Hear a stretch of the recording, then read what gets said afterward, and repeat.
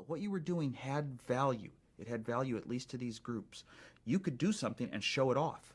And that gave you another sense that what you were doing had value. You had a lot of freedom in those days. It wasn't like there were a couple of brands, you can make a choice, there's standard word processor to buy. Nothing was there was no structure. It was unstructured. We used to, every meeting, it was very, very important that Lee Felsenstein, our leader, announced this is the Homebrew Computer Club, which does not officially exist, and everyone applauded. For some reason, it was a group of people that were glad that they didn't exist, formally. Very much.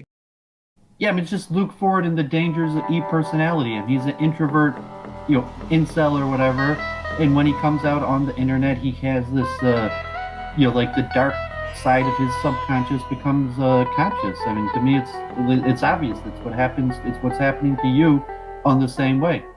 But your unconscious, your subconscious is different than Gandalf's subconscious.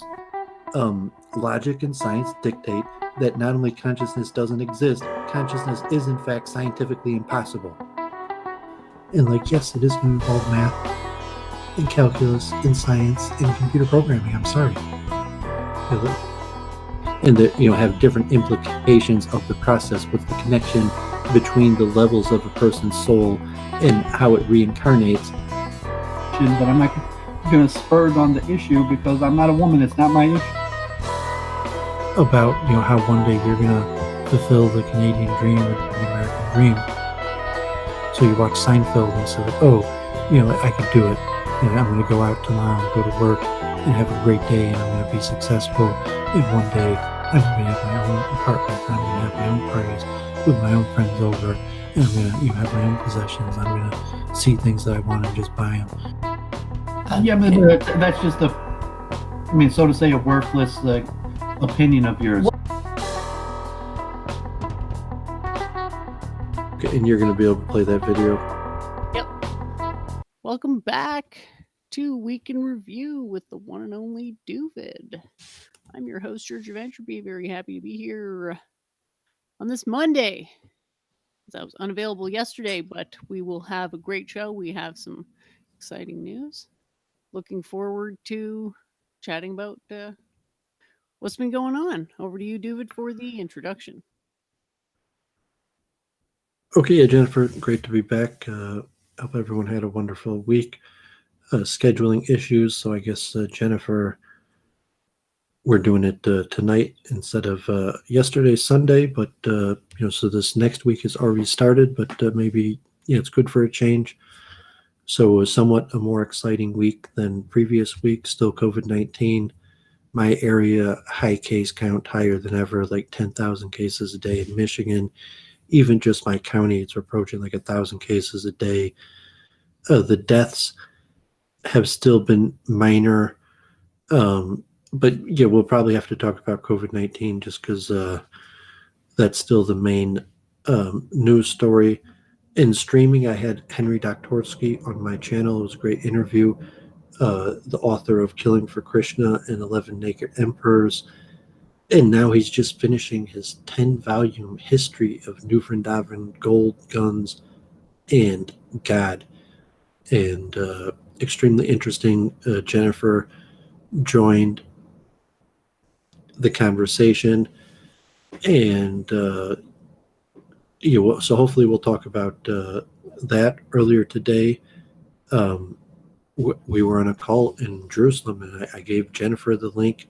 I gave my mother the link for Roseanne Barr talking more about Judaism, and it was recorded. It'll go on the Root and Branch Low Gallons YouTube page, maybe Les Glassman also, Two Men in Jerusalem, kind of who Doooovid envisions myself of being, two, one man from California, one man from South Africa, accomplished a lot of things in their life, and retired to Jerusalem, still very active in Judaism, and scholarly and streaming, and so Roseanne Barr was talking about Judaism, and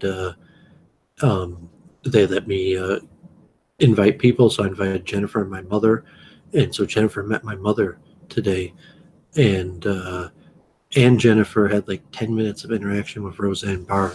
So that should be posted in the next few days. Maybe we'll review it on the next week in review. So that was pretty exciting. I did a video on chess, the Horde variant, commentary on the World Championship semifinals, and that's my best variant. Currently, I'm even ranked in the top 50 in the world. But these, for the semifinals to play the World Champion, so the fourth and fifth best player in the world, so to say, of the relative current rankings.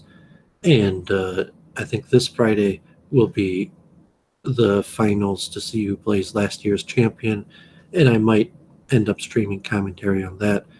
And chess is going to be pretty interesting because when I noticed last week that even Jennifer, with all her knowledge of mathematics and physics, didn't really seem to be an expert in Bayesian statistics, and I was like, "What do you like? You don't know Bayesian?" And I think it's a lot like the chess software. Most of them use Bayesian statistical analysis to evaluate chess positions. So it could be, there is certain advantages like Queen's Gambit. Very surprised how popular that movie is. But certain things I know largely from being a chess player, and it could be, Bayesian's used in a lot of various things. But in the chess programs, and so we should probably give a more deep dive into what is Bayesian analysis, how is it similar to multiple truth hypothesis, and then Jennifer has objections to Bayesian analysis in general, and so that might be interesting. So I think that's about it. We'll have a chant also, so I'll just hand it over to Jennifer real quick if she wants to say anything or do her week in review, or if you want to do the chant first. I'll say a few things before you do that chant. Oh, you should just go ahead with the chant just to set the tone for the show. Okay, so because we had Henry Doktorsky on the show, I thought we'd do a Hare Krishna chant, and this one has a video. You're picturing kind of like the ecstatic kirtan congregational chanting that would have occurred in New Vrindavan, where Henry Doktorsky is writing his 10-volume history of. This is actually, the video clip is actually in a synagogue in Brooklyn that became a Hare Krishna temple. It was called Congregation Mount Sinai. Ironically, the place where the Ten Commandments was given. And like the downtown synagogue in Detroit, the Jewish community there moved on to different areas, and the synagogue was no longer in use. And somehow it was sold to the Hare Krishna movement. It probably was a logical transfer. There's a lot of Jews involved in ISKCON, and it was a growing movement, or politically, whatever the case is. Now it's a Hare Krishna temple, but it is a former synagogue. It's the only such thing in the world that I know of.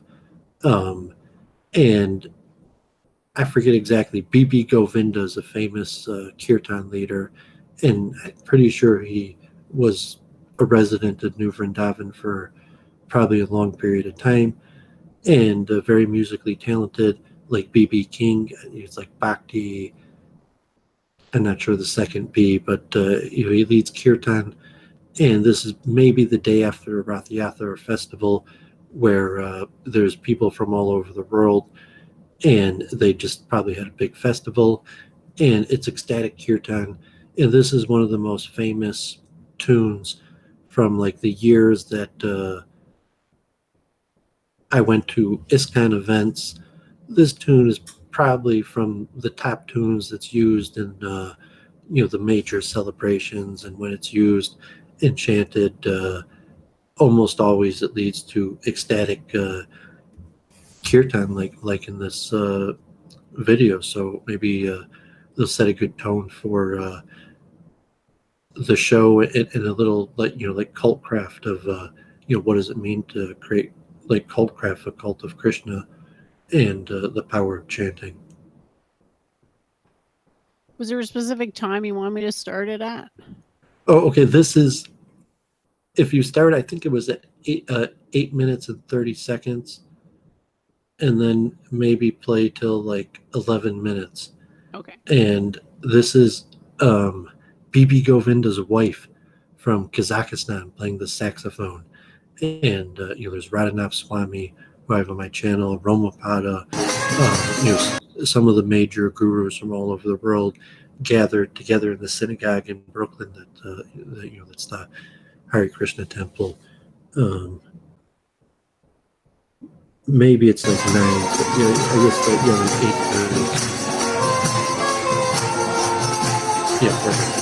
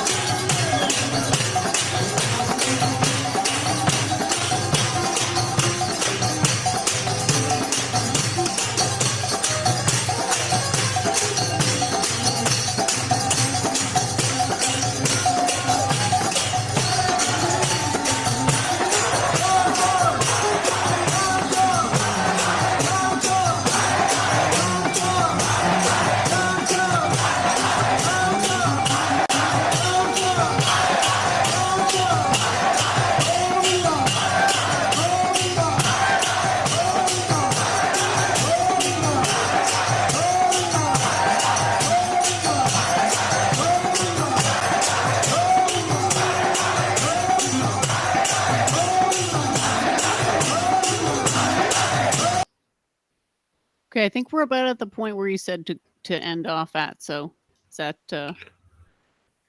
Yeah, it goes on. I mean, that was a great event. I think I was there, or it could have been they do the same event every year, and it was a year or two later that I was there, but it was basically the same people, and I think it's actually the day after Rath Yatha, or maybe a different festival, but there would be some of the biggest names in ISKCON from all over the world, and it's a very lively kirtan dancing, actually being on the call in Jerusalem.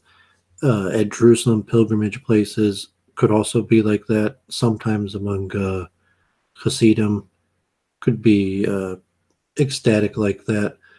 And in India, it's pretty regular in the part of Indian culture, somewhat in Hasidic culture, but more in Vedic culture, would just be the concept of chanting the names of God, where if you're not doing something, one person would just call the names of God, and another person would respond, and that would be considered a good way to pass time, and even an act that benefits person, or that's an obligation of a person to perform. But there's some elements in Judaism. And then Henry Doktorsky was actually the music director in New Vrindavan, and New Vrindavan, at least in their heyday, would have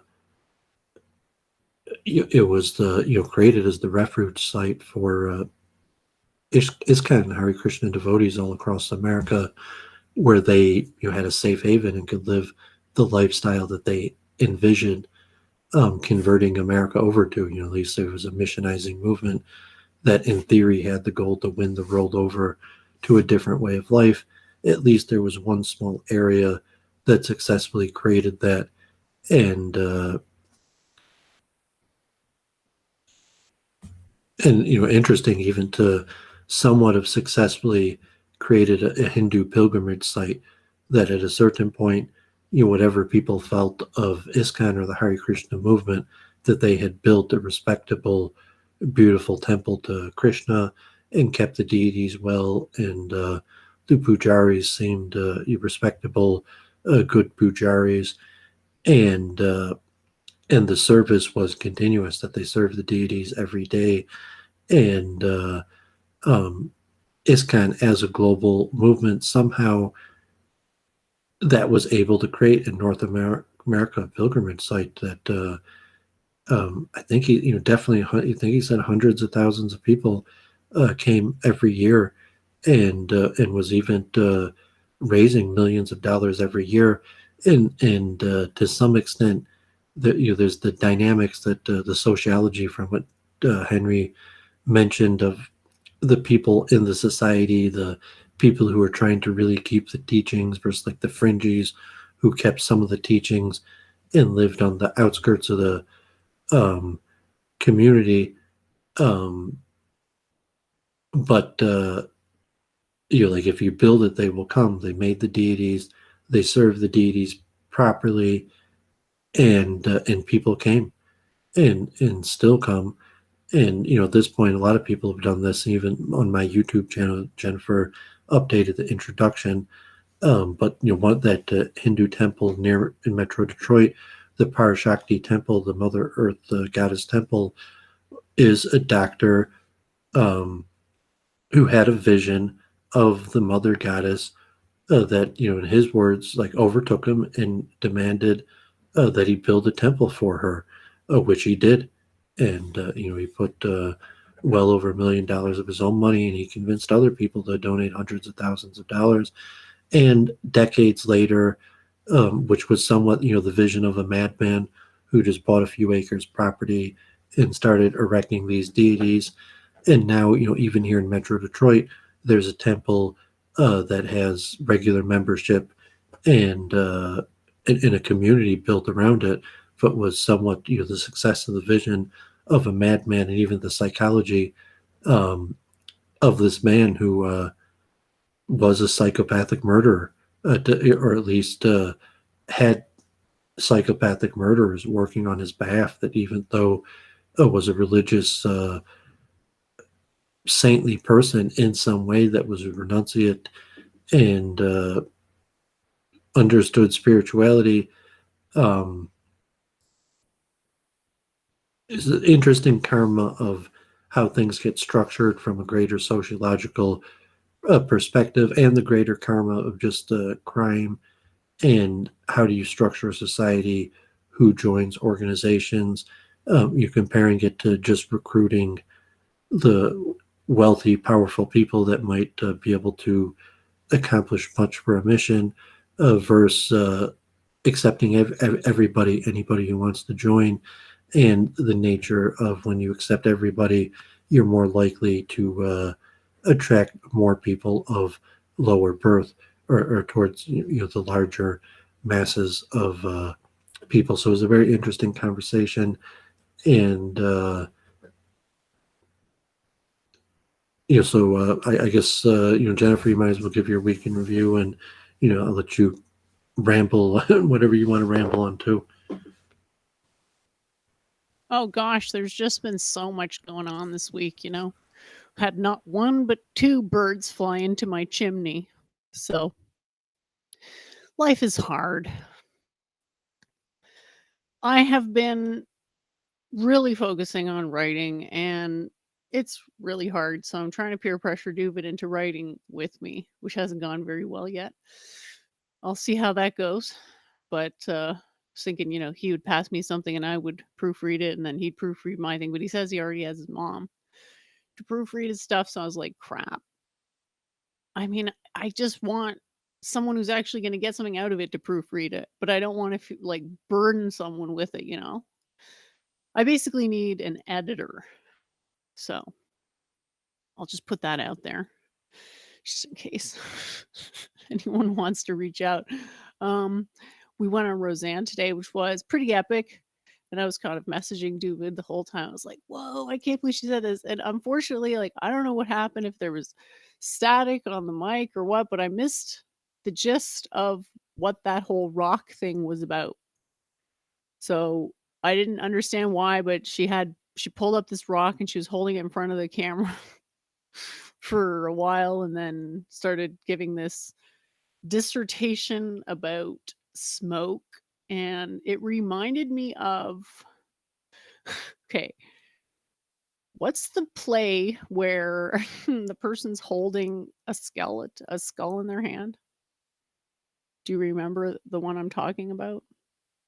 I think it's a Shakespearean piece. Hamlet. Okay, yes. Forgive my non-familiarity with this, but it sort of reminded me of the cadence of that style of medium. Like being on a stage with a small audience. It was really interesting to see that it was going in a new direction compared to, I guess I haven't really followed much of her stuff, but what I have seen, this seemed to be a bit of a departure from her normal spiel. And that was interesting. And other than that, let's see what else has happened. I changed the background for the show because I was cleaning out the garden, and these are my favorite little succulents that grow. They just replicate and replicate and replicate, and there's always new little clones, and they're called chicks, which is always funny. So I decided to update the background, and hopefully we can get some feedback if people like that. Doovid seemed a bit disappointed because he prefers the periodic tables with the reflection. But so I re-added them back in the lattice. But have you had a chance to see the live stream, Doovid? Does it look cool? And if people in the audience, if you have any feedback about it. John Wolf already said he thought the intro was awesome. Thanks. Trying to keep it a little bit fresh and stuff. So hopefully that works. And that's about it for me that I can recall. I helped Claire set up OBS for the quadrillionth time, but that's not really news.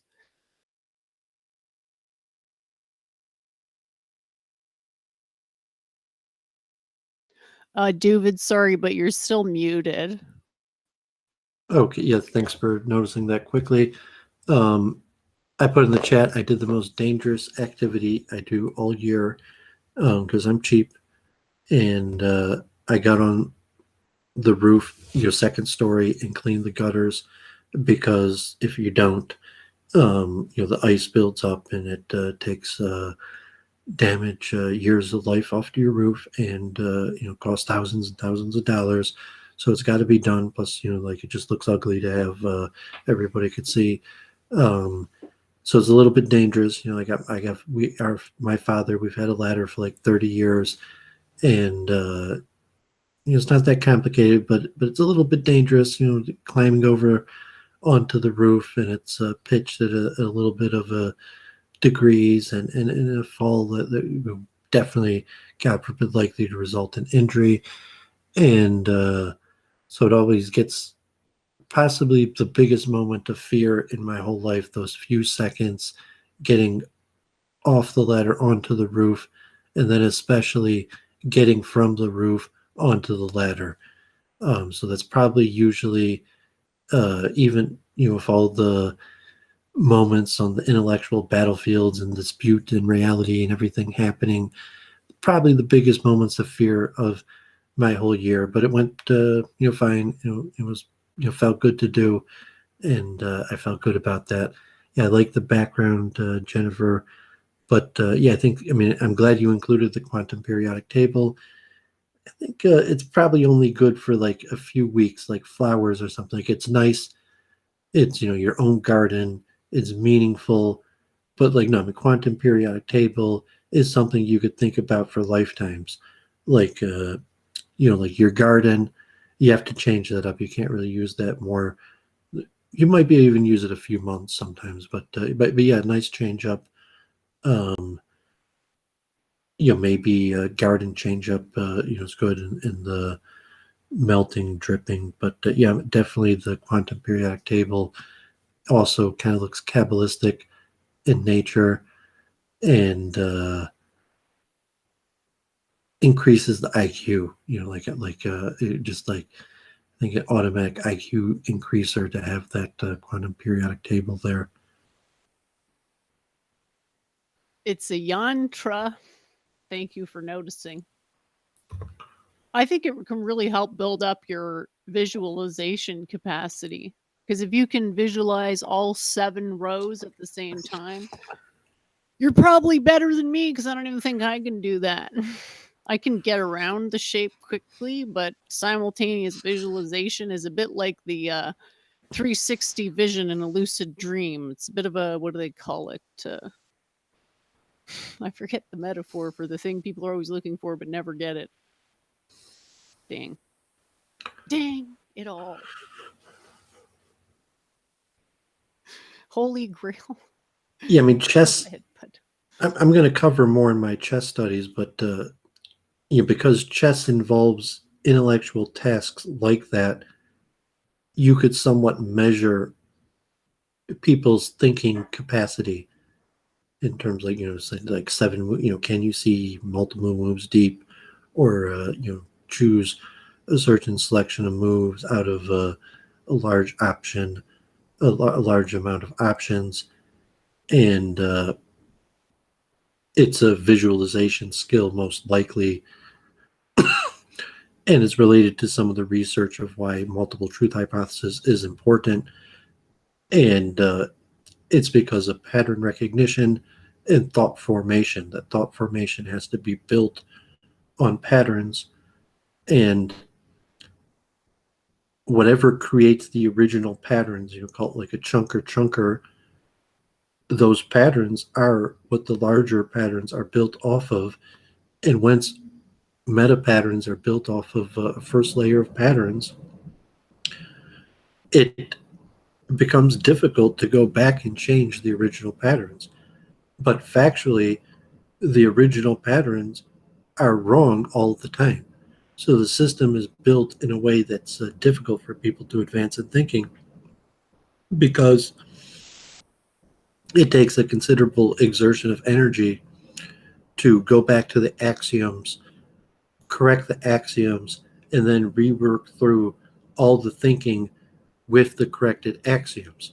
So that's beyond the energy exertion of your average person, but it's necessary to have a consistent, coherent worldview, and to really be able to intelligently talk about things. And Bayesian analysis, why it's so important, is because of uncertainty. And where it's a simple equation of basically just distributing uncertainty. If you have 2 options and both options have a certain amount of uncertainty, to quantify or put into a single expression, reduce the uncertainty, and then that could be considered like a discrete point, where in a process you could have either forks or trees where you have branches of uncertainty, like in a chess position, or just a path of one situation of uncertainty leading to another in a straight way. But most cases will be trees or branches, and then each branch going through the same process of um, estimating the uncertainty of the various options and creating an equation um, to include all of the various uncertainties into a single equation, and conceivably ad infinitum, or the different understandings of what happens at the different decision point. And Bayesian analysis isn't the only thing that does that. And even conceptually, kabbalistically, or Vedically, conceptually, the understanding of this is relatively straightforward. And the multiple truth hypothesis, and even think like Roseanne, we were talking today, where the Abraham Accords, and this kind of unification. Like, I'm a Jew, and she said a mantra, and me and Lowell, we said it together with her, the Shema Yisrael, Hashem Elokeinu Hashem Echad, Hear O Israel, the Lord our God, the Lord is one. And her show kind of like everything that happens in the trials and travails and sufferings of the typical American life, but the family pulls together and everyone loves each other and it's okay. Till today, on a greater level, where it's still some hope of unification, that everything we see in the world, all these forces that appear to be rising up against each other, where Roseanne was mentioning a civil war in the Jewish community, a civil war in our hearts. But it appears that the forces have risen up against each other, and it's time for battle. And people are people of duty. It's like, okay, unfortunately, the time has come for battle, and we must go to battle. But the faith is there of a unification, that like, no, we don't have to go to battle, because there's a unifying force that unifies both sides towards a larger cause.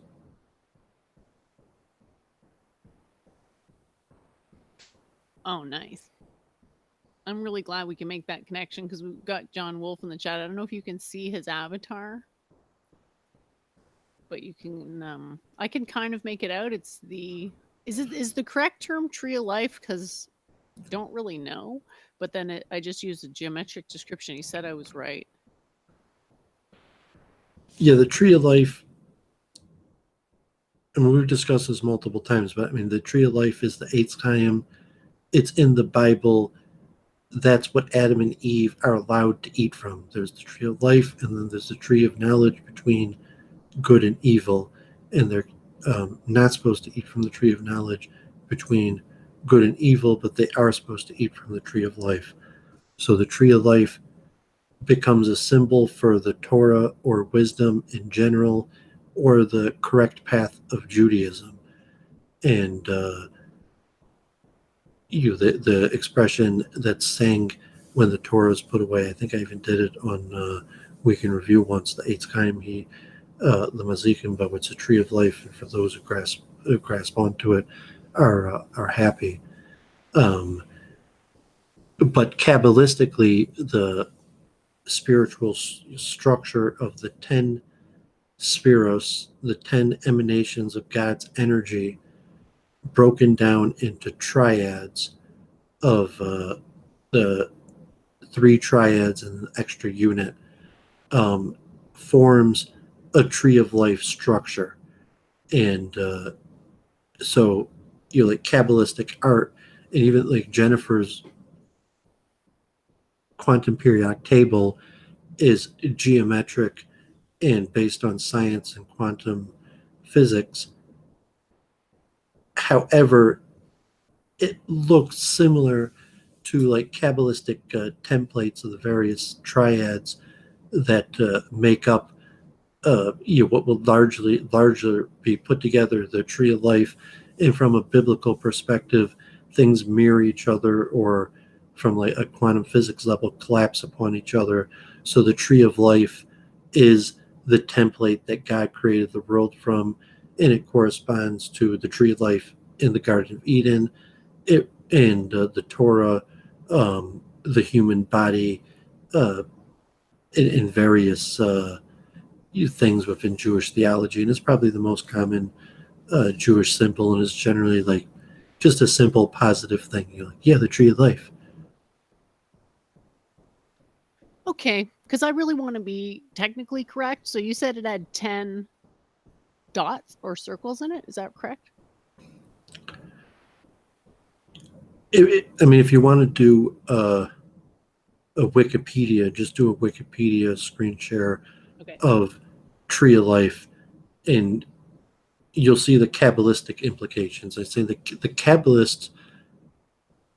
Because I understand it completely differently. But The Kabbalists held that there is based on a wide scale study of different systems.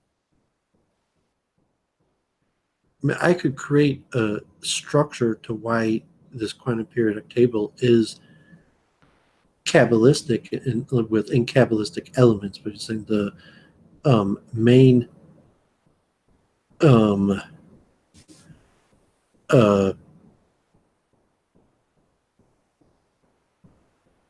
idea of the Kabbalist is that there's 10 emanations. You just do the Wikipedia of the Tree of Life, and I mean, not just the art where it's a tree, but the actual 10 emanations. You might need to search Tree of Life Kabbalah, but the concept that God works through the world through these 10 different emanations of Chesed, Gevura, Chachma, Bina, Das.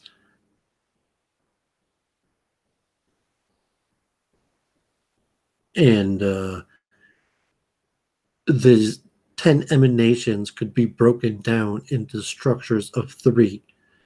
And from the Kabbalist, the general idea is that from the Arizal, the kind of like trickle down spirituality, that if God let all of God's abundance and glory, it would crush us, it would destroy us. The light would be too much for us.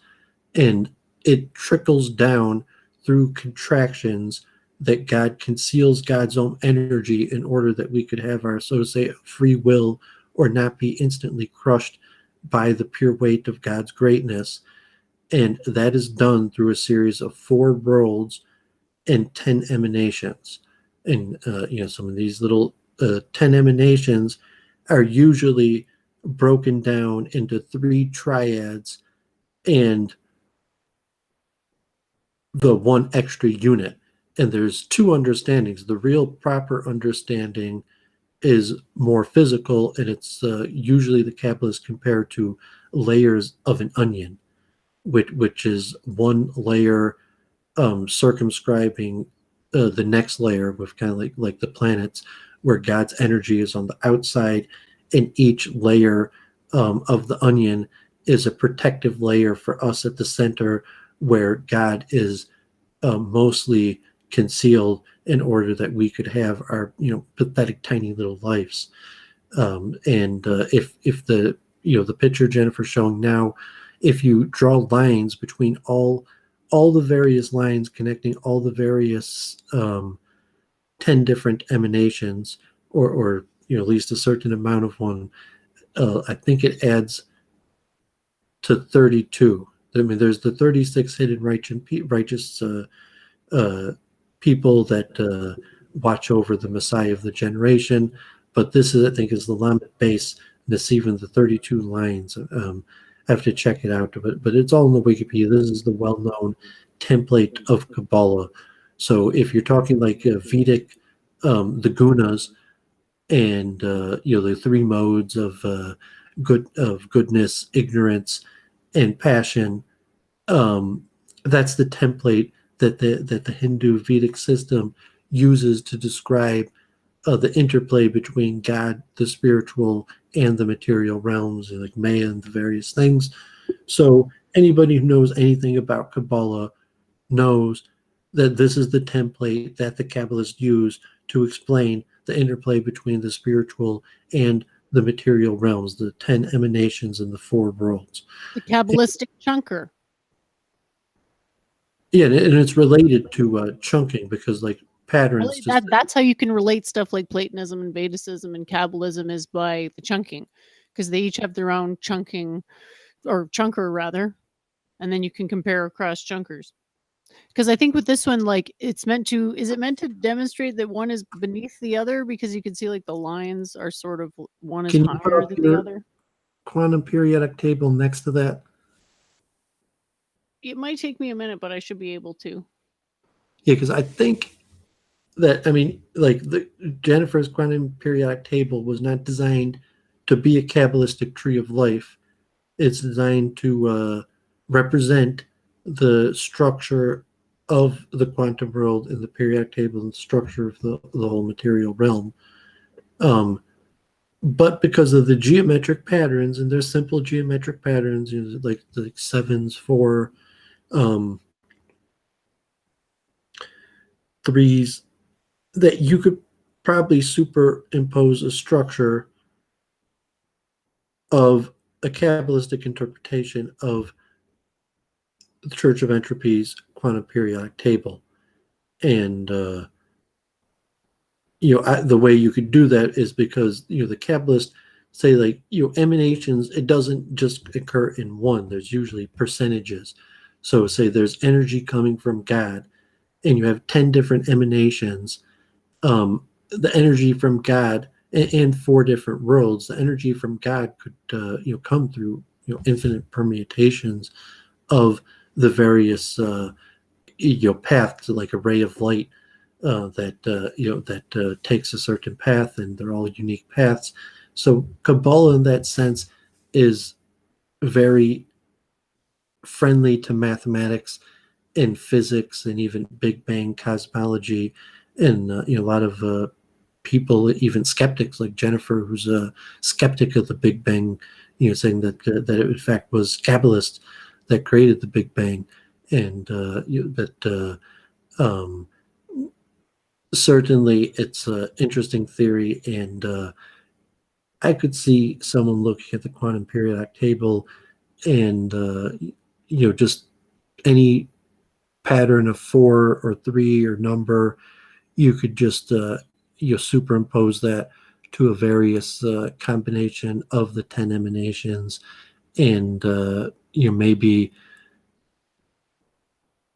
it's something to think about. And yeah, there's a question in the chat. I wanted to give it to you first while I consider what my answer is going to be.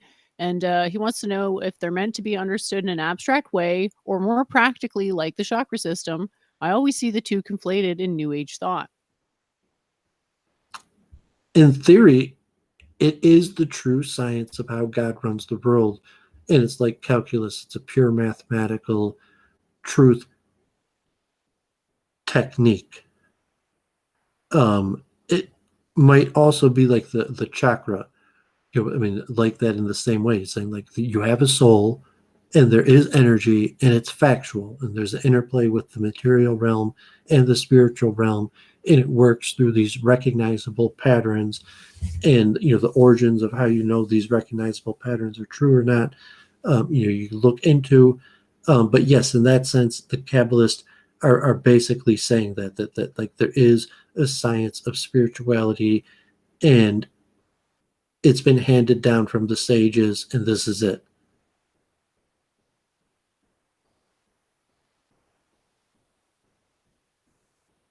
Yay! Cue the clapping audience. I'm going to have to get one of those pre-recorded audience claps. Yeah, the science of spirituality handed down from the sages, here for you to understand the world that we live in better. Yeah, so I'm very sympathetic to a lot of these religious inclinations. Like, I cannot really relate to an unreligious disposition. So the way I would say is that, like, you're asking me to read people's minds, and it's like, even if I could, I wouldn't, because it's a violation of the ahimsa principle, and I feel like that's the source of my strength. So I'm not going to undermine the thing that gives me strength, right? So these questions are important because obviously it helps you understand who you are, like how you find the answers to these questions, sheds light on who you are, and that's super good, because knowing who you are, self-acceptance, self-transcendence, better life, constantly chilled out vibe. I'm not going to like speculate as to what was going on in people's minds. Plus, I don't even think you can really do that because people have biological axioms. So you've got this biological de facto chunker, which is the ego. And then you have most people doing things and then looking back and retroactively rationalizing, which is not the same thing as finding the actual real reason you did something, rationalizing in order to match it up with a previously existing sense of self. So these are all important things. No easy answers. Well, there is a short answer, but it's not easy. It's like, these are just inbuilt defects to the mind, vestigial things that arise from the fact of our biology, but our biology is what gives us the intelligence. So it's like this paradox. We're the most intelligent, but we're not all-knowing. I understand these conversations have to happen. They're important, but it's not really my focus. My focus is I don't like the idea that a bunch of scumbag atheists think that they're better at science. So I'm glad that I can provide this footing for anybody from, the Platonic school. Anybody who's earnestly seeking to improve. What did you call it? A truth methodology, Doovid? That was such a good word. Truth discovery? Technique. You called it a truth technique. It's a technique that gets you closer to truth because it's not about finding some static answer and then forgetting about it. It's about getting better at the process of telling what's true versus what's not true. Also understanding the boundary conditions of truth. Like how certain can you be about the claims that you're making? Well, most people, we don't know. We're just sitting there rationalizing everything we do, being like, oh gosh, I hope I don't get cognitive dissonance from doing something that causes me to feel like a failure, to put it shortly. So my work is basically to, make it cool to be religious again. And by showing a treatise of atheistic science, which is obviously superior, which originates in religion, hopefully can inspire people to rediscover science and religion and also see within their own faiths what it is that they've actually been doing, right? Because we could take this Kabbalah symbol and then we could dissect it how we've dissected all the other things as like a layering type of thing. And then we can think about how we'd model it on a computer and then think about how that would eventually translate to something in Doovid's multiple truth hypothesis. So all the knowledge is like reaching out to the different camps and like bootstrapping itself upwards. So the more we can do this, the better. And I'm cool with it and I'm happy about it. But I'm just always going to be like a stickler for orthodoxy. So I do encourage people to do like self-improvement exercises and always, keep asking questions and such. But really what I'm trying to do is like legitimize religion over atheistic type of interpretations of basically anything through an example. Hopefully that's clear. Yeah, it hadn't done a public study session on Kabbalah, actually. I mean, it's a big topic, and there's a lot of rabbis and stuff on Kabbalah out there. And from a scholarly approach, I mean, this is largely why I probably developed the multiple truth hypothesis, was just the difficulty in holding all these things together. But the scholarly approach is the origins of Kabbalah is disputed. Many of the famous Kabbalistic texts appear in Europe around 800 years ago and are claimed to be from ancient biblical sources. I mean, there are likely, some 2,000, 2,500-year-old Kabbalistic sources. But whether it's Platonic in origins and when the Kabbalistic texts first started showing up, there were people who claimed that they weren't of Jewish origin and that they were even of pagan idol-worshipping origins. You could look at it like the Platonic spheres, and from a mathematical, logical perspective, it's saying it's unity. And Kabbalah is based on the concept that God is one. Everything resorts to this one perfect God.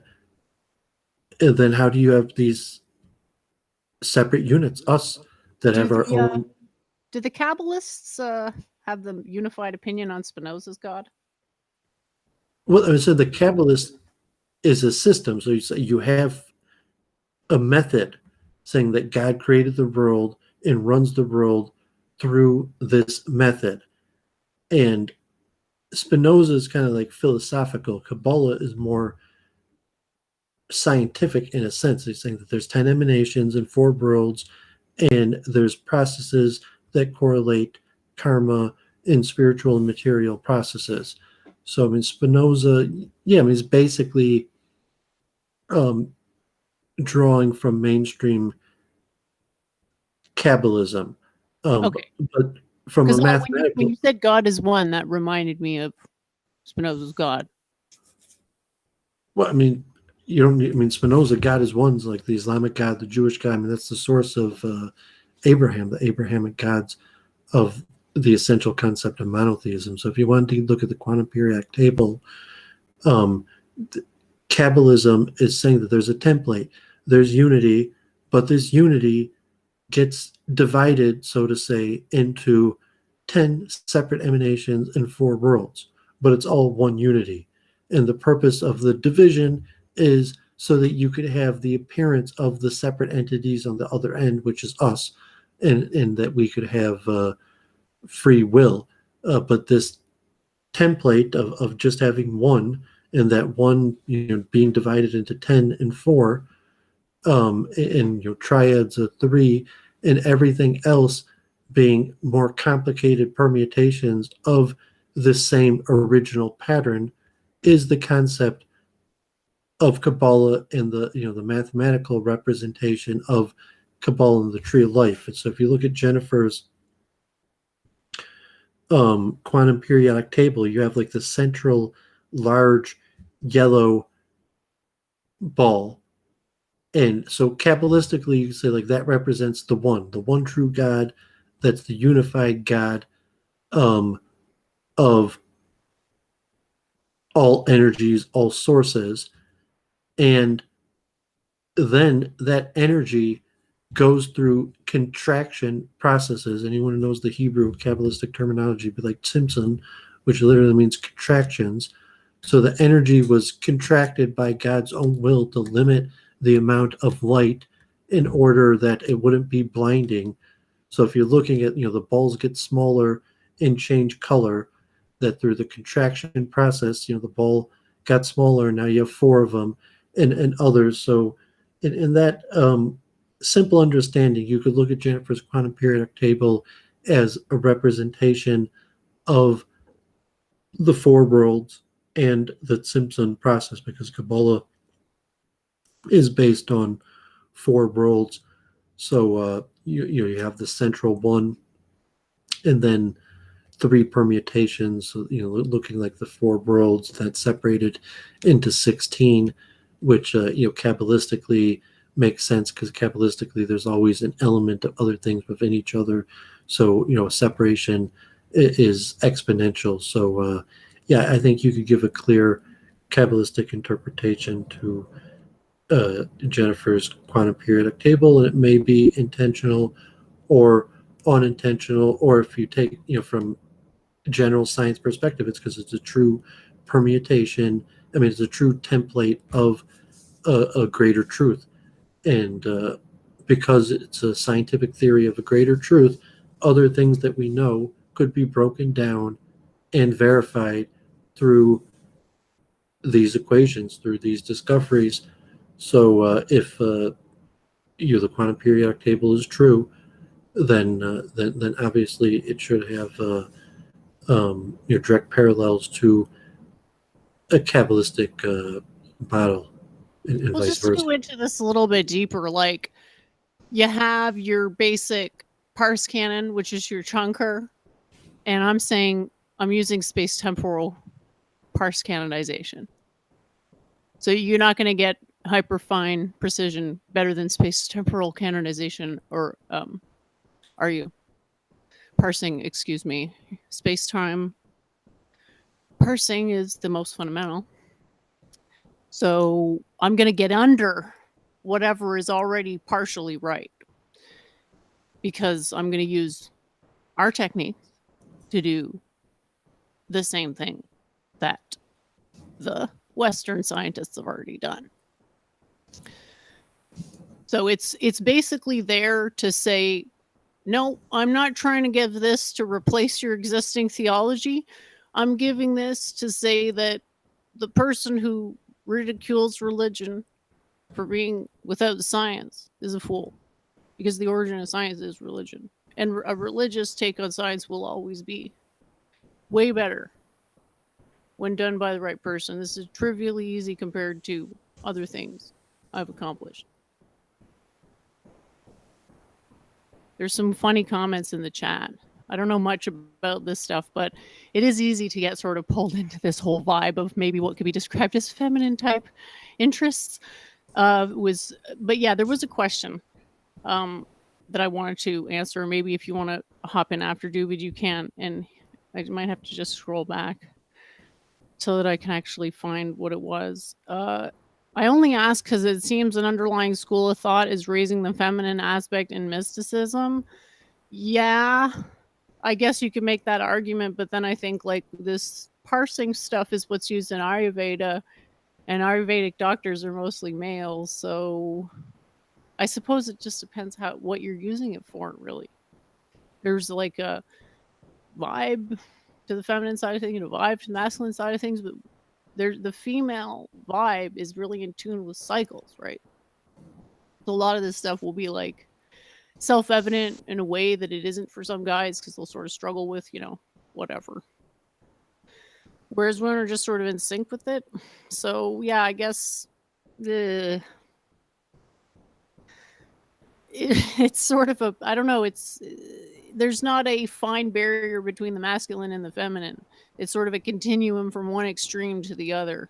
So if you're like sitting at home, crying surrounded by Kleenex, trying to put a spell on someone surrounded by 10 cats, yeah, that's the more feminine implementation of your practice, right? But the underlying thing is methodical approach that could be described as a truth technique.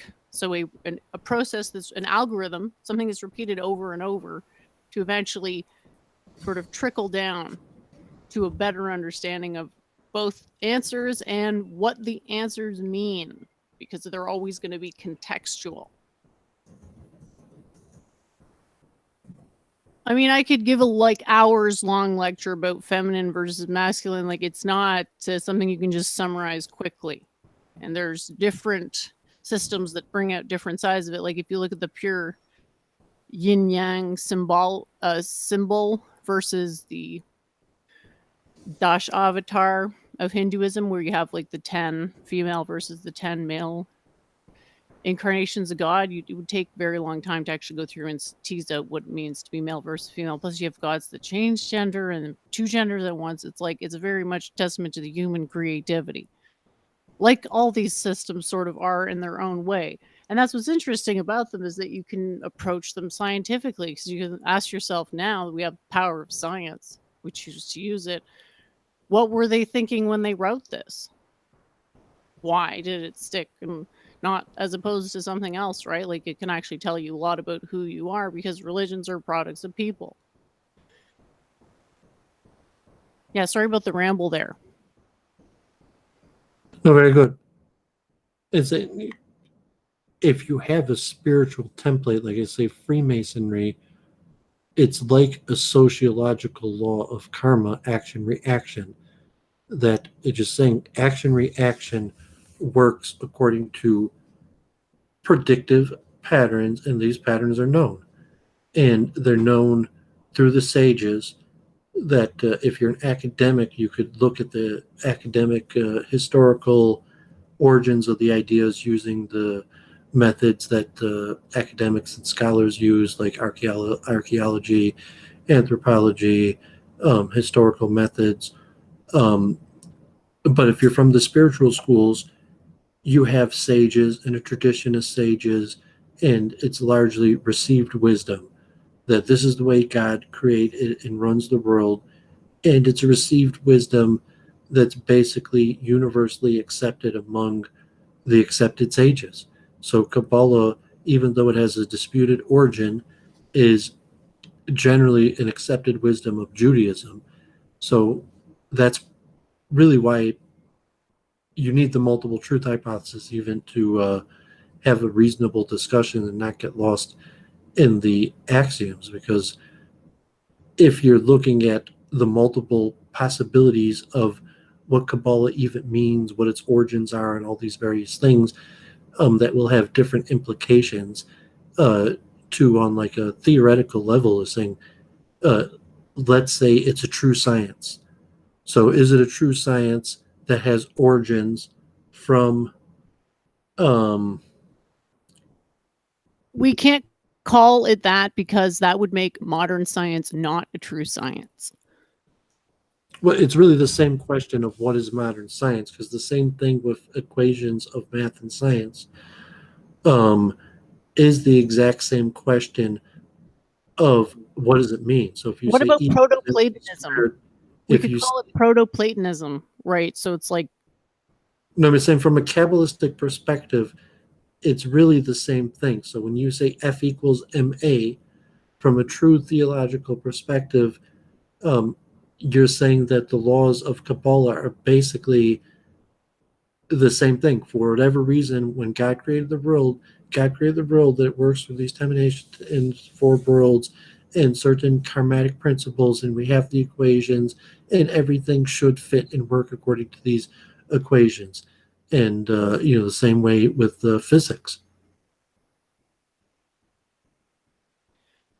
yeah, I'm just like thinking to get this concept across that the like proto-Platonism might encompass everything. So we just say that if it's using generically this truth determination method that involves any type of parsing, i.e. chunking, that it falls under this category, and it's a method that has the potential to yield scientific results and is even more powerful than science because it doesn't cut itself off from consciousness. Like consciousness is so determinative, right?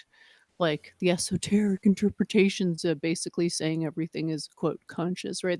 Essentially the consciousness comes before life. So Yeah, because you're sort of it's like it's almost like it doesn't matter if it's right because the right answer wouldn't come in a form we'd be able to understand because it'd be like written in the language of the universe, which is like a story that's 4 billion years long, probably too long for our tiny little minds to assimilate meaningfully, right? Sorry, go ahead, Doovid. It sounded like you had something to say. yes, I mean the Christopher von Dürkne's perspective is that Kabbalah, and some of the scholars I have, scholarly literature, is that Kabbalah is Greek in origin, and that Judaism was superfitted into this Greek structure. I mean, the concept of emanations and 10 and 4 had Greek pagan origins, and somehow a Jewish mystic adapted that to Judaism using the Hebrew prophets as a structure, and that became accepted from the sages. So, in theory, without the multiple truth hypothesis, if some Jew in rabbinic school, mystic circles, Hasidism, is learning Kabbalah, what they're really learning is ancient Greek pagan mysticism repackaged into Greek wisdom. And from a Judeo perspective, maybe it doesn't even matter. God works in mysterious ways. But from the science of the Kabbalistic perspective, it's a received wisdom that is an accurate description of how the material realm operates. And it's not, the same of like Newton and Galileo and the scientific method of testing and trial and error, that we don't believe that the Kabbalists discovered Kabbalah through the scientific method. We believe it's a received wisdom, and the reason we have this received wisdom is because the creator of the whole world, who created everything, created it this way and transferred this wisdom over to the sages, or through some process of, however it is that received wisdom from the creator of everything is transmitted to man.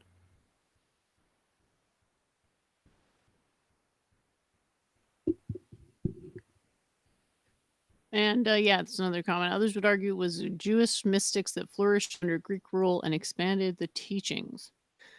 Yeah, there's so many different narratives you can take. At some point, you realize that narratives actually hold you back from understanding what the heck happened, because there might be some better narrative you haven't even thought of that will only come to light once you embrace all the facts, right? So it's like, can we really pull out whether, like, where the first domino was touched and it led to the chain reaction of what everything that happened? It's like, because the scale at which it happened and all, it's almost too far back to really matter which came first, right? Between the chicken and the egg. But in terms of the themes, yeah, it does seem to have a similar theme, but I'd have to look at it more deeply to really see. But I mean, it's an unknowable question because the Vedic system predates them both and uses essentially the same model, or a model that can be described in the same way. Like, you could argue that Hippocrates was ripping off Ayurveda in his own clumsy way. So then do you go to the step of saying, well, he just went to India, stole it, and came back to Europe and copied it in his own shitty way? Or that's doesn't seem likely. It seems more likely that it would just be something that over the generations sort of mutated into something else, and that maybe there was a better understanding in the past that sort of got degraded, and people try to hack their way back with whatever they really have, and then it turns into these discussions about, like, dead ends, right? Where it's like, is God real? And because you can't pin down what you mean by God, you can't end the convo or figure out who won the debate. So really, I just think the buck needs to stop somewhere. Like, it's got to be methodical. People have to understand that the method does have value, regardless of the truth value of any axioms. Because there are some axioms that matter that trump all the other ones, right? Like, if you have faith in what you're saying, that goes pretty far. What you're saying does not have to be true for what you say to go far if you believe it. So there's all these sort of factors. But yeah, I don't really know. The audience seems really interested in this. This is a subject, yeah, that does come up quite a bit. And I guess haven't really talked about it too much because it is an effeminate subject, in my view, in some ways. And yeah, maybe Roseanne's femininity just rubbed off on me today. I'm like a big old sponge. It was really fun to talk to her. Like, I just got inspired with questions because I just was trying to go with the flow of the moment. Yeah, I think Andrew would point out in the chat. I mean, Kabbalah is a synthesizing science, but it's generally an explanation of further deepness of already known Jewish theology. So Kabbalah, as a believing Jew in theology, there's things that we just don't understand, and you're not really supposed to question. You're not going to gain any benefit from looking into the processes. That the righteous are going to be rewarded, the wicked are going to be punished. That follow the plan, trust the plan, and even the prophecies that there's karmatic rules written down in the prophets and the sages that we know as a pattern, that there's these karmatic principles that we could believe to be true, even if they take a long time to manifest. The Kabbalah is designed as a science that in theory, that if someone understood it, they could make their own calculations, which Judaism, and generally, it's like, you don't need to know that information. You don't have to understand how to make those calculations. You don't need to know how the righteous are rewarded and the wicked are punished. The main thing you need to know is that the righteous are rewarded and the wicked are punished, even if you don't know the exact calculations with how that works. So Kabbalah is always respected among Jews as a supreme science, but you don't need it as a synthesizing force, like you were saying, synthesis of like Islam and Christianity and Sufism, because most of those, the idea of unity in one God in Abraham as the bearer of this monotheism could exist without Kabbalah. Kabbalah is just a more intricate way of explaining something that in theory is already well known, which is the concept of the unification of all forces. A unified field model. Well, in essence, that's what Kabbalah is coming to explain. Like, how is it that you have good and evil and independent free will? And so you have really just a handful of axioms. Kabbalah is very scientific and axiomatic, like the concept of contractions and emanations and worlds, and through this series of contractions, eventually you end up. First you have to the idea that God creates a void, that if everything is God, that there is only one. The Kabbalistic understanding of creation, how is it that we exist as a separate material realm, or as separate entities, so to say, with their own unique individuality and free will, is because somehow God created a void within himself, so to say, that everything was God, and then even though everything is God, God created a void in order that there could be something that, so to say, is not God. And the Hindus have went through the exact same processes and have parallel understandings with some different terminology or different explanations. And then within this void, where God removed himself, so to say, in order that there could be a separate creation, that's where the material realm comes in.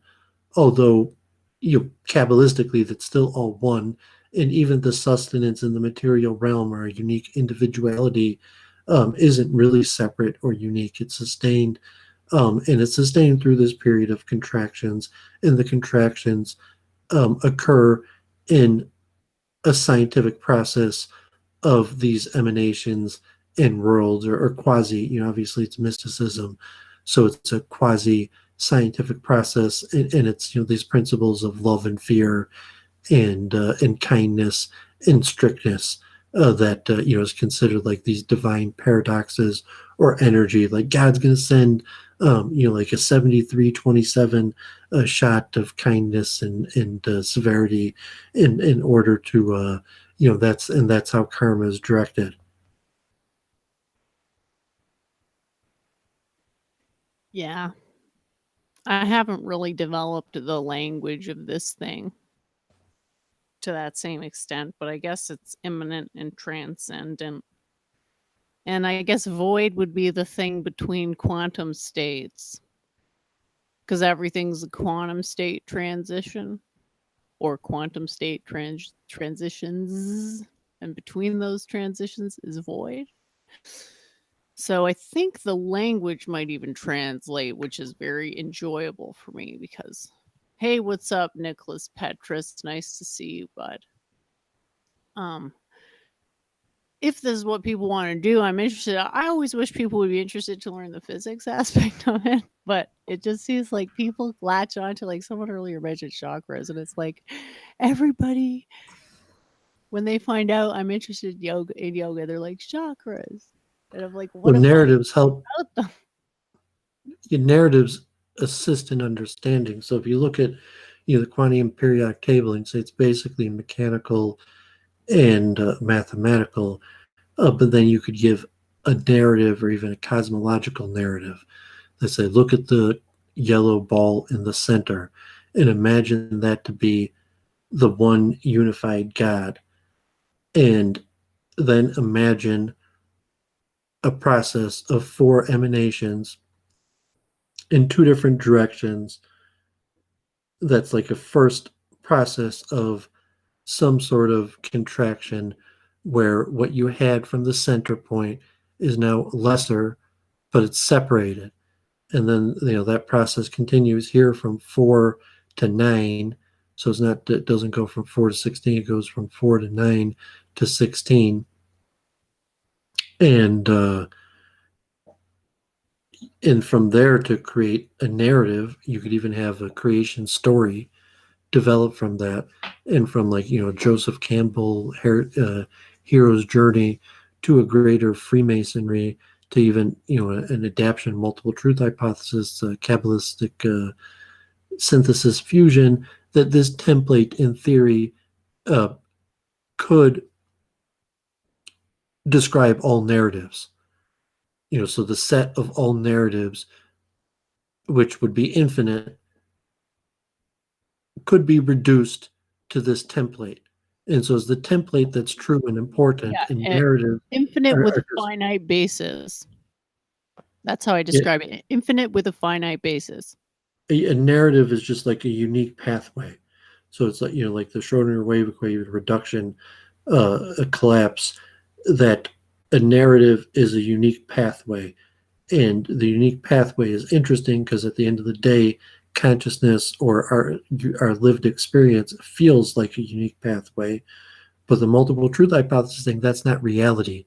The narrative we feel of a unique pathway not only is not true, is not even representative of material reality.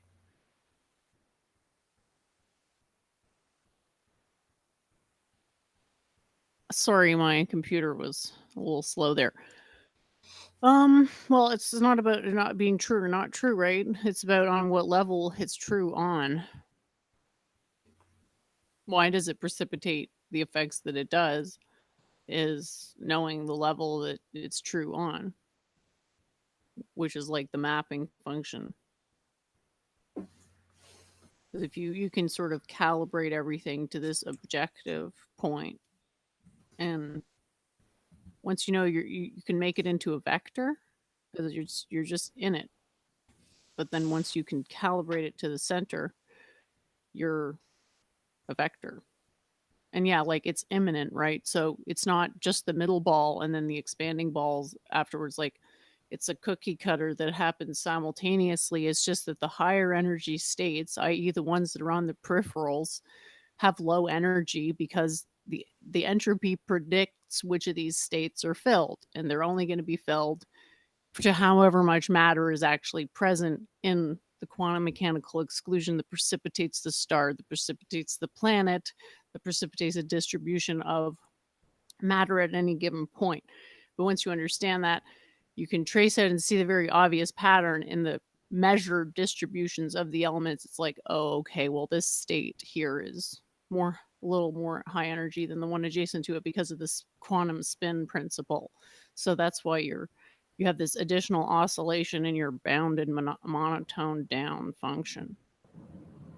So it's all predictive, but it's such an abstract level of reasoning that it's basically, if we're going to talk about truth functions, well, what good is something nobody can understand, right? So it's like, it doesn't matter that the systems, none of them other than mine, represents fundamental reality. It's more like the fact that they did get at some type of truth process tells us actually a lot more than we realize about them. And don't we want to know all this stuff because it's so cool and interesting?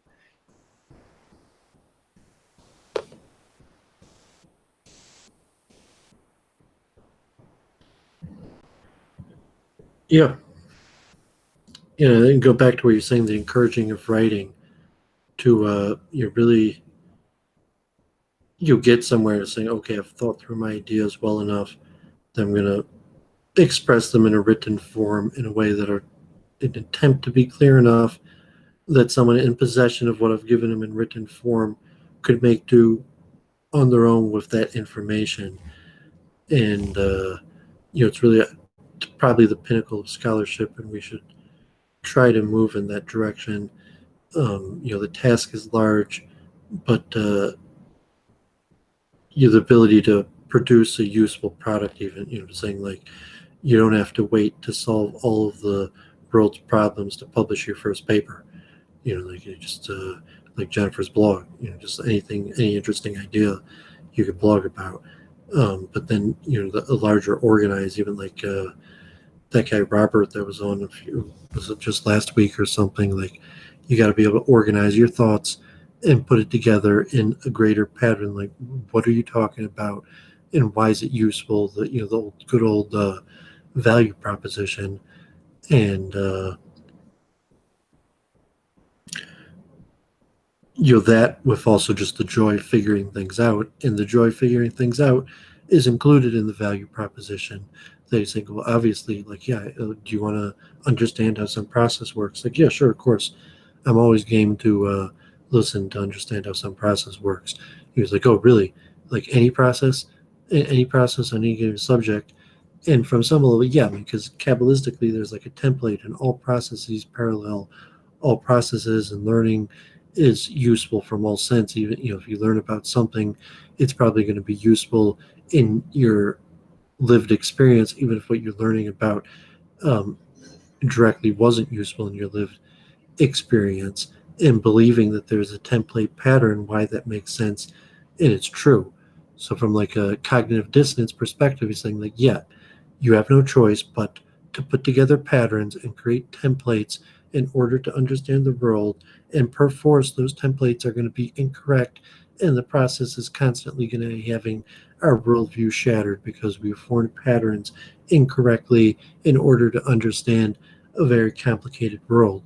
And like, I think me and Jennifer are pretty much seeing eye to eye on an understanding of how these cognitive processes work, and to get like a lexicon down to how we describe it, um, and an understanding of how the current top minds of the scientific fields or spiritualists are describing these phenomenon, to being like Edward Dutton, where it's just like going to pound out another paper and use this insight and understanding to offer more insight and understanding on an everyday issue, kind of like in a Seinfeld, Roseanne type way.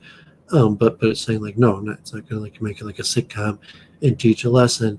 It's going to be a paper, and it's going to be something concrete in academia.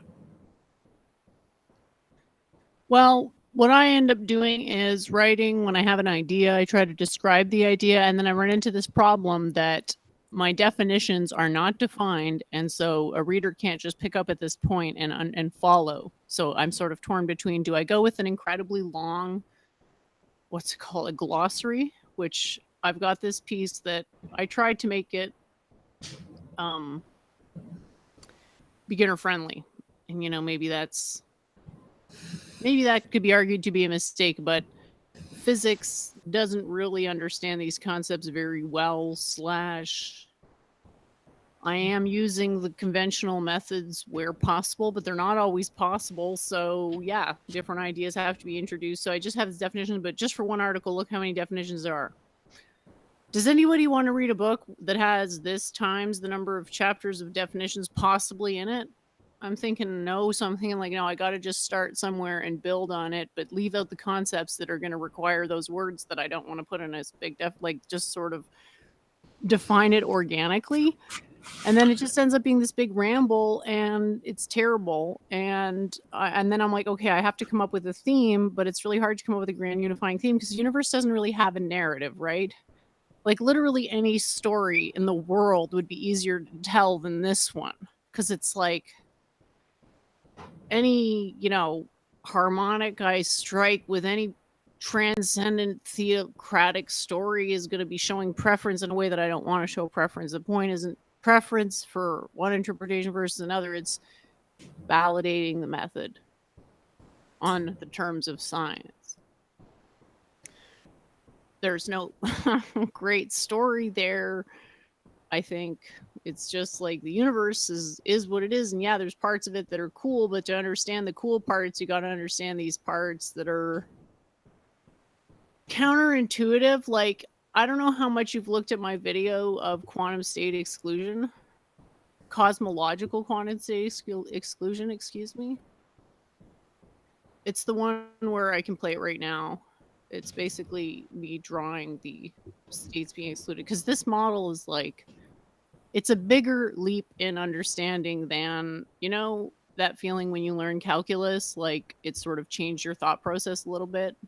I don't know if you can relate to that. Exactly. Yeah, definitely. Yeah, and I was thinking like you need to find a narrative voice which is related to the value proposition. Who are you to be giving over this knowledge, and who are the people you're giving it over to, that makes sense that that you're the messenger of it. And it could be at various levels, like saying if you want to become a doctor, you want to get certification, you study from a textbook. And textbooks usually you need a teacher in a classroom and problems, and you don't just buy and read a textbook. So there's different audiences. You like something like newspaper, and Luke Ford understands this stuff quite well. But most newspapers are written at like an 8th grade level, and you're talking like, no, to be accepted in academia, you're writing something at a PhD level that is going to go through all the rigor, not the same as a publication in a local newsletter. So if your theory is accurate, you should be able to produce content at all levels. So produce content for the academia in scientific equations, and at the same time, you could produce content for the masses, the general public, that doesn't require anything other than their own lived experience. Because, like, consciousness, everybody experiences it. And if you're saying truths of some meta structure of how consciousness works, even the below average intelligence people are going to be able to gain from some general knowledge of better understanding the world that we collectively live in. Yeah, that's sort of the root of the mystery, is that the axiom leaves most people stunned with incredulity, because it's just unthinkable that consciousness consciousness begins before life. But in order to understand what is going on mechanically, one must accept this axiom. So I don't know if people can really live with that dissonance, right? Like, are they just going to accept the axiom and all the changes that incurs, or what are they going to do exactly? Like, I'm hoping that their thirst for knowledge outweighs their fear of embracing the axiom. But yeah, I don't think that you need to embrace the axioms to appreciate the beauty of the mathematics. And that might be true for many systems, right? So these are the kind of strategic sort of structural arguments I'm really excited to be making. It's just a multiple truth hypothesis as a mental technique, where you say, oh, I'll be able to use my mind better to function in a complicated world if I could see things from multiple perspectives, even though they might conflict with each other, versus a scientific theory of the multiple truth hypothesis, which would be some sort of complicated mathematical expression which would include the infinite set of all possible ideas of all possible narratives. So that, consciousness on a level where you have the lived experience, where I feel this narrative that was my experience is accurate description of the essence of who I am, may or may not be based in reality. That this lived experience of consciousness, like, in the from the understanding of what is true, you have to look at the infinite set of possibilities. So that from the multiple truth hypothesis as a mental technique, we might be training people to hold just two conflicting narratives in their head at the same time, and that would prove useful to a person. Is like, wow, I held two conflicting narratives in my head at the same time, and now I understand issues that I face on a daily basis much more deeper, and I've had more positive outcomes in my life, to the objective understanding of truth, where you'd have to use some mathematical statistical techniques to navigate the infinite set of all possibilities. I'm so glad you're interested in this stuff. John Wolfe says it'll take a special soul to create a mathematical scale that translates exactly how the tree of life manifests into thoughts into reality. We can't know the facts of the universe and the language of the universe, so we have access to the language of the universe through physics. But then to take that and stitch it all the way into what you're saying here, there's no transform function for that we can. And that's why I made the point about received tradition. Too complicated computationally. Sorry. Go ahead. I apologize, I interrupted, but saying the point I made about received tradition versus the scientific method. The law of physics, determined by discovery and the rigors of the scientific method. The spiritual, like Kabbalistic or Vedic templates, were not necessarily. I mean, you might have some schools that claim that they are, but generally not derived from a scientific method of trial and error. They were received wisdom that through different methods claimed by the sages and the spiritualists were transmitted from the creator of the world to humanity. And so as a spiritual thing to say, oh, there's a correspondence between the Kabbalah and the science, those are two different fields. You're saying a vindication that the science, through the process of trial and error and discovery and test and verification, determined these rules. And it turns out that those rules correspond with the rules that our sages say were received from God and accurately describe how the world works. God damn it, Andrew. How many references can you fit into one comment? Devil's advocate, Dante Alighieri, boom. I mean, yeah, it's exactly it. And I mean, that's part of what being a good philosopher is diagnosing where you need to trim back the dead leaves, right? Like my little planties look really good because I trimmed away all the dead leaves and it was very satisfying. It's almost on the level of, you know, those videos where they're cutting up soap. If you haven't seen them yet, check it out. I'm not going to share them now because I feel like I'll get hit with copyright strike because apparently videos of people cutting up bars of soap is big money. What is up, the great adversary? Nice to see you, bud. Thanks for stopping by. But yeah, I mean, ultimately, that's what mandated heaven means. Is like who actually has the authority to speak on behalf of a higher authority, and that is ultimately bestowed by the people on the people who have mandated heaven.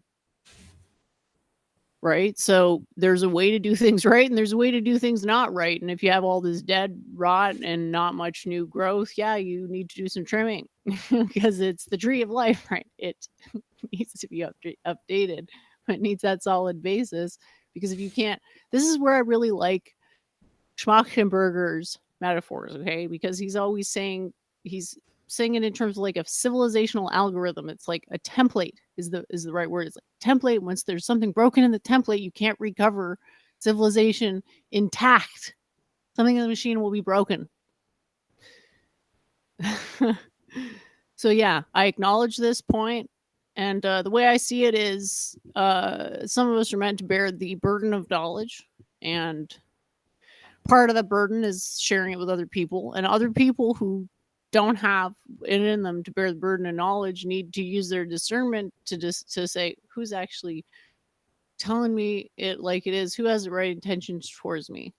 So that's your duty as the person who doesn't bear the burden of the knowledge but still wants to benefit from its fruits. You got to find someone you trust to give you those nuggets.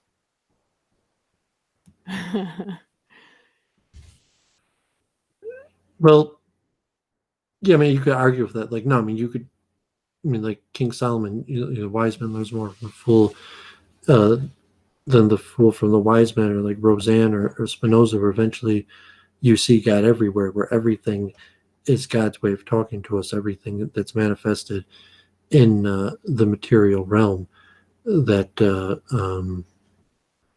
doesn't necessarily have to be understood in that way.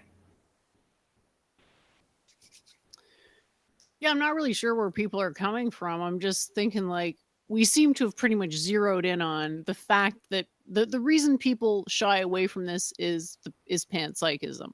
People don't want to be religious because panpsychism is true. Do with that what you will, but it won't change the greater truth of panpsychism.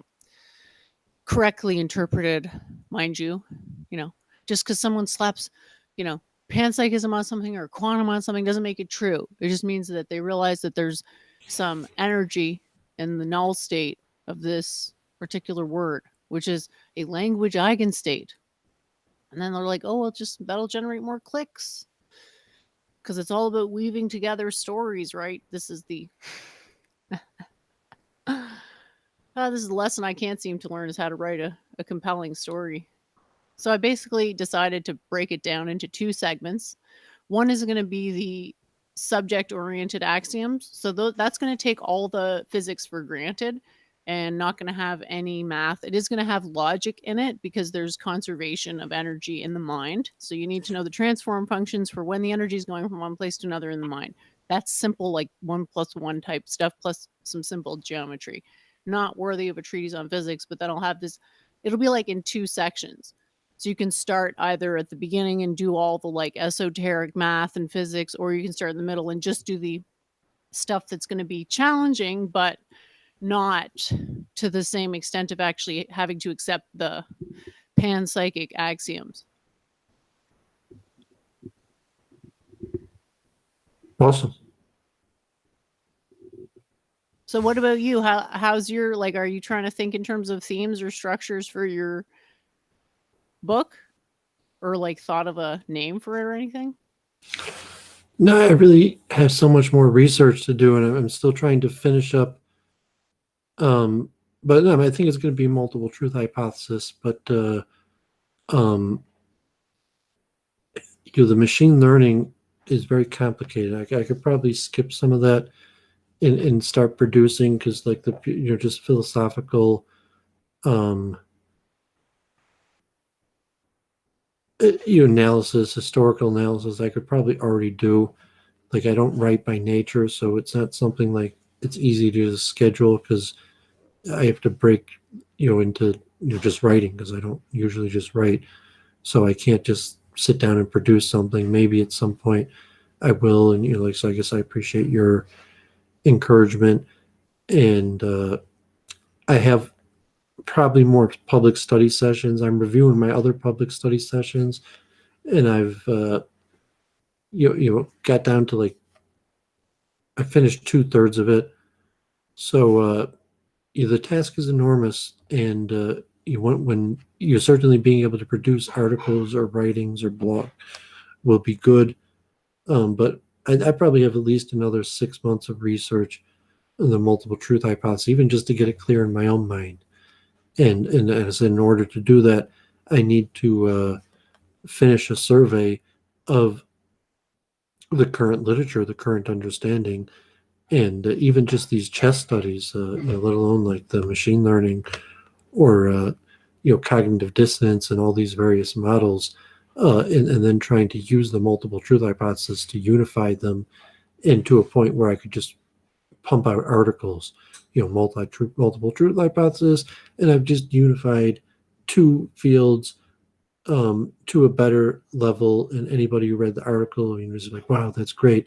Like, you really clarified things in my mind. Now I'm understanding at meta level the connection between 2 various fields, studies, disciplines, and so that would be an end game. It's probably a few years away. So I'm not sure really what I could do now in the process besides just continue my studies.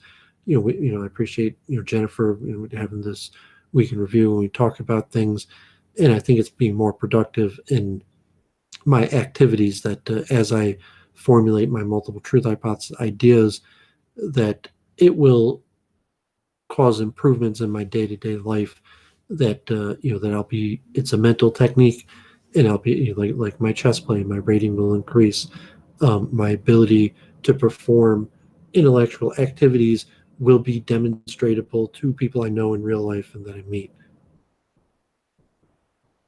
and to people that may have been taught the techniques. Come back and say, Doooovid, I've been using your multiple truth hypothesis, and it's working. My life is improving. Like, I'm understanding things that I never thought I'd be able to understand, or even saying, like, telling me how they opened up a new business or they're making money. They just did this deal, or like Forex Shark or Babs or Brundle or Luke or any of these various people that could say my life has improved because my dissonance has decreased, because you've shown me how to correspond paradoxical dissonant fields that historically caused me too much dissonance to allow me success.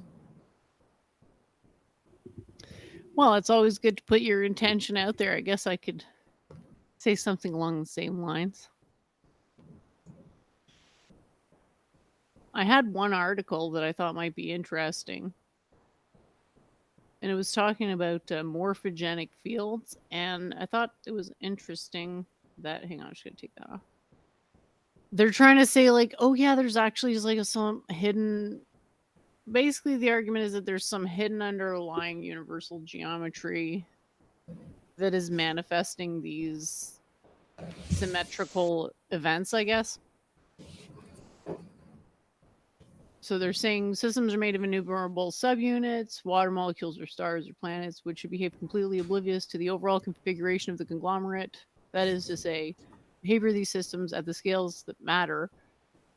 Fundamental units of which they're composed should be completely random, aside from some formative causation arising from intermolecular or intergravitational interactions, which are not long range. So basically, we can model things as a sum of component parts. But actually, you can't do that. We can only model the whole and then try to break it up into parts once we have got our grasp on what the whole is. So it's a significantly more difficult problem. That's why you get so many different answers. And it's like, does it matter that they're all wrong? It's like, well, it only matters if you want it to matter. So they got talking about information entropy, which is something I was dropping for a while. This idea that space-time can, as a canonical transformation into entropy information. So you think of space-time as like a 2-element vector, and then you have this other 2-element vector, entropy and information. But then it's like the vectors are themselves tensor. So they're quite complex objects, but they have a fundamentally simple shape, which is actually part of the struggle, is that certain things you can add them sequentially, like you can go 1 + 2 + 3, but in some cases you have to add logarithmically, which is different.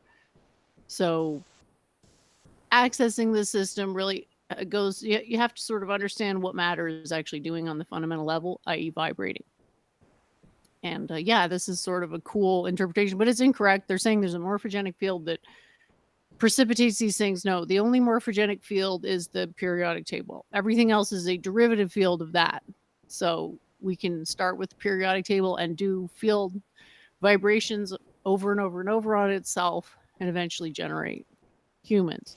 But we'd have to go through so many iterations, right? Because you'd have to take all the time to generate, for example, the spinal cord.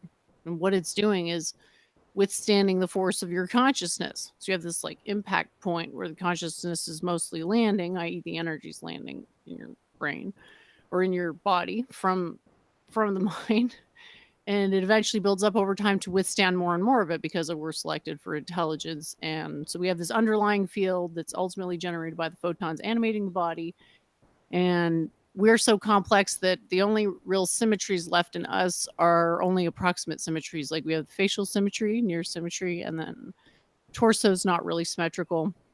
But the overall shape of the body does have one symmetry, but it's all ultimately emanating from the fundamental symmetry, which is the quantum periodic table. And then you have these other ideas like Ayurveda, Kabbalah, Platonism. Well, what are they all doing? And so we want to make the argument that it's an actually better way to look at things because it's more in line with material causality, which itself is way too abstract for the average person to understand. So these systems are actually maximally true because they deliver the most amount of information because they're written in the code that people are actually coherent with. So they can make like a strategic argument for understanding things in a particular way that isn't objectively correct, like the space-time continuum periodic table. That's objectively correct, but it's way too abstract for the average person. And you understand that these other systems are subjectively correct, i.e. they have truths that are not the truths you'd think they are, but there's still something. And if you're okay with that, then go ahead, because it is a bit of a quantum leap to go to the fundamental level and really make sure that your axioms are actually right and that you're never going to get cognitive dissonance along your reasoning process. So yeah, they were just basically perceiving the morphogenic field on the wrong scale. There's only one. It's a quantum periodic table. Everything's a harmonic of that. The universe is the set of possible different distributions about the universal mean of that cookie cutter. Sorry for rambling again about my theory. I guess I'm just in a very educational mood and I'm like practicing how I'm going to write my my book. Do you have any suggestions for like how I should frame it? Or should I just not even try to frame it and just present it like an instruction manual? Well, I mean, actually, Henry Doctorski, that was, if anyone sees the interview on my channel, Jennifer asked him about writing, and obviously, an accomplished author, just publishing a 10-volume history. Although he didn't publish any of his volumes till he was an adult, maybe even later than his 50s, till he started writing. In terms of structuring, yeah, I mean, like I did, if you produced the major ideas in like a brainstorm, and then you could break down into chapters or something, but you would have to to organize your data and structure your data, and say you're going to have like 3 sections to your book and various chapters, and then make sure you have all the main points. And I could help you out with that process. I don't know if it's worth doing tonight, or maybe schedule, and you would probably have to have prepared with kind of your main points, and it's a unification process. It's kind of like Kabbalah or cosmology, because you're going to say you have a central theme that you're trying to give over, and that theme is resonant in everything throughout all of your writings that you're giving over, and then you're breaking that down into components, chunks of information that are more related to each other, or that are useful for the person to understand, that you have an understanding of what you're trying to give over, and you have an understanding of the process that it takes for someone other than you to understand what you're trying to convey to them, and that you would structure your writing or your presentation in a way that it's conducive to other people understanding, at various levels. And so, yeah, I mean, that's something I'd love to do a week in review generally, and even if we could attract, good guests, or, accomplished people that are doing that in real life, just thinking like Henry Doctorski, who wrote the 40, like, New Vrindavan. You're talking about hundreds of characters over decades of time. And you're saying, so how do you organize that? How do you go about writing the history of an institution that includes hundreds of people over years and years of time? And anything's like that. And even just the opening for the multiple truth hypothesis, historical introduction of similar people over thousands of years that had thought about similar questions and the answers that they proposed. And it is related to the multiple truth hypothesis, and the template of narratives in general, that when you start writing, it's no longer a template. You're not just going to write an equation and saying everything could just be derived from this equation. You have to choose a specific, unique narrative and go with that. And once you go with that, it's kind of like too late. You've chosen that narrative. Yeah. Maybe I'll throw an image on, and you can tell me what you thought, because these are like the people that made the unified field model possible, because I kind of had to like go with what other people had already figured out. Science. So I was thinking I could do like a preface where I talk about what these people contributed to the theory. There's 16 of them, I think. It was everybody that I could find that their work had been instrumental in the development of the theory.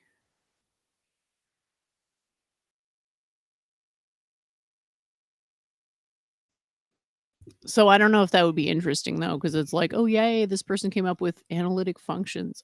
Awesome. It's hard to get people excited about math. But yeah, it's like it took a lot of stuff put together to get this right. So I wanted to acknowledge all those people and sort of maybe speculate as to what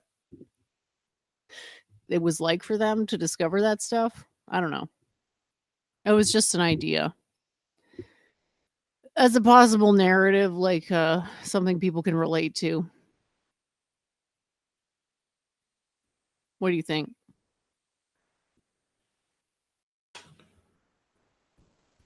Yeah, I mean, definitely. And I'm not really trying to win people over, or if the multiple truth hypothesis as a mental technique is beneficial, it's valuable to people, that'll be enough. Saying like, oh, it's valuable. Some people will use it, and maybe it'll catch on. If people have dispositions to things like science in general is not that popular, especially complicated understanding processes. And to say like, yeah, people would be better off if they. I'm not sure. Saying that like, no, I'm an engineer. Most people aren't engineers, and I'm not necessarily, thinking that one day everyone's going to be an engineer. And you could produce things that are useful to other people, even though they might not appreciate or know about the process. I have more faith in the multiple truth hypothesis as a mental technique that might just be useful to the average person. But even in the level that the average person would frame it in a way that, like, I'm using the mental technique called the multiple truth hypothesis, is unlikely, because that's not the way patterns or cognition works, and that it's likely people would there'd just be a trickle effect of the techniques working, and people it would be repackaged and distributed to people in these repackaged forms. And this repackaging process is kind of an organic process of karma, action, reaction, that is largely beyond prediction, because the chaotic nature of the processes. Nicholas Petrus is saying the exciting narrative of civilization and the hypotheses, and the progress of hypotheses and knowledge. Yeah, that might be actually not bad, because I already have something sort of along those lines with math, which I'm going to try to pull up now as soon as I can find it. My computer's just a little bit slow. So yeah, I could start with like a general introduction to what, basically try to convey the complexity of thought associated with the different developments of mathematics over the years, going back to, like, I don't know, the dawn of civilization. It would have to be a shortened thing. This is where I sort of get lost, because there's so much information that it's hard to know what to really focus on. But here we go. I've got this, which sort of goes into what one aspect of thinking that is sort of required for what I'm doing. I don't know if you can really see that, but yeah, it's like, again, I don't know if this is exciting. To me, it is. So I could do this, and then I could talk about like those 16 scientists / philosopher people, and then I could go into the theory after that. Would that be good enough narrative, you think?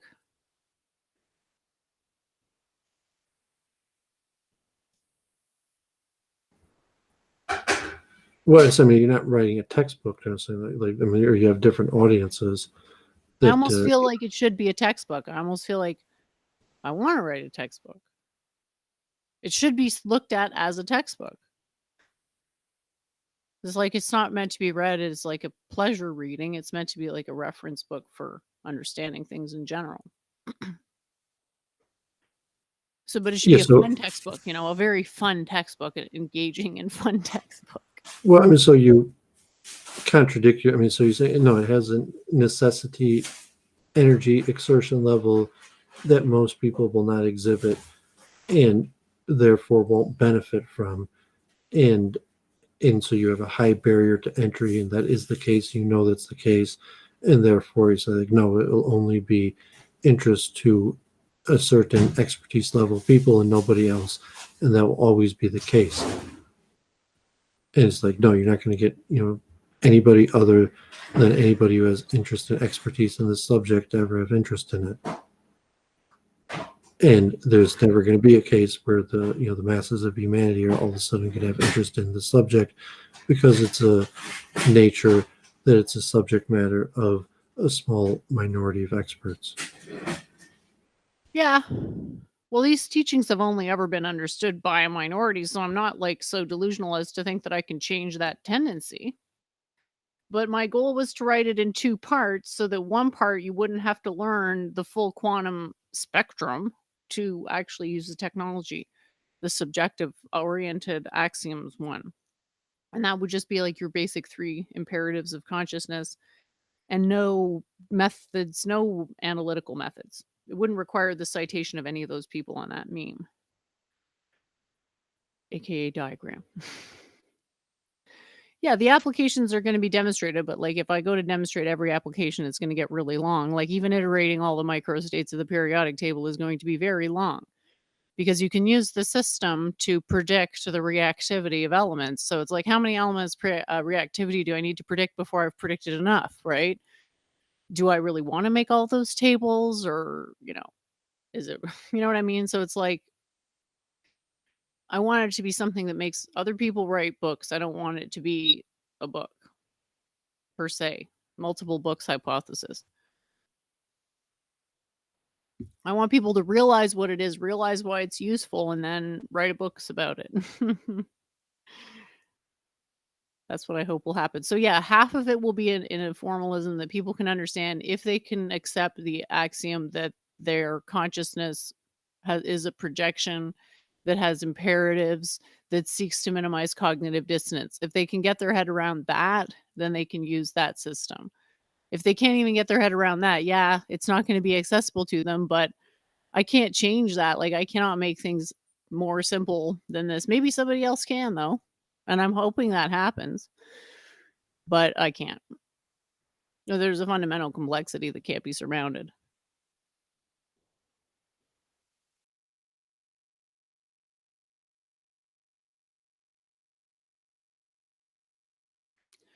So yeah, I don't know if you want to wrap it up or if you've said everything you want to say. Did you want to talk more about being on with Roseanne? Yeah, maybe we should just wrap it up and hopefully it'll get posted and we'll be able to play clips on Sunday. Can we get a smaller crowd, or we're off day and we're probably not going to garner that. It's already into the week, time for work. So hopefully Lowell will post that in the next few days, and then maybe they'll give us what to talk about for Sunday, and maybe entice some new personalities or see what happens. But yeah, I'm happy to wrap it up if you don't have anything more. Well, I'll just end by saying I will get you a theme list / chapter list before next show that can parlay our way around. Yes, so thank you to our small, cozy audience tonight for tuning in. Very much appreciate it. It was a great show. I really feel like things are pushing forward, and people are just, I don't know. I feel a tremendous amount of good vibes. I don't know. I don't know if it's me or other people, but I feel positive, and I look forward to seeing whatever you manage to produce, even if it's just a short essay, because yeah, it just helps to get the practice and the actual art of writing. And I think it would be a good exercise for you. Like, even if it takes a while to do, just to have it as a long-term goal, I think it'll be good. Did you have anything else you wanted to say, Doovid? And then I'll just say goodnight. Yeah, I mean, I guess if you want to stay and ramble, feel free. But yeah, I mean, the old school, like elementary school, I think you already remember the writing process. Kind of like brainstorming and structuring. And if neither one of us are really writers, it's tough to just write. But like the template, once the organizational structure is there, if you're a writer, it makes it easier to write. So organizing the ideas in your head, if you already have it well thought out, and then you eventually get to the writing, it could flow. And like really the only times I've ever written in my life were school assignments when I had to. But eventually, when I actually got to writing in the page, it started flowing out. So hopefully we'll be able to create that, and probably like the work that you're talking about want to do. It's karmatically reactionary, that you need an audience and demand, and then you fulfill that demand. So it's just like, like people don't generally just produce intellectual output, for themselves, in the sense like if I'm trying to understand things, enjoy figuring things out, I'm not going to write a book about it. I'm just going to think about it, enjoy figuring it out. If I write a book, it's going to be for other people, and then just to objectively write the book that I think objectively should be written is less likely than meeting a demand. So hopefully we'll be able to build these circles, and hopefully you're right about that good energy, and with that, have a great week, everyone. Bye, Doovid. Thanks for coming by.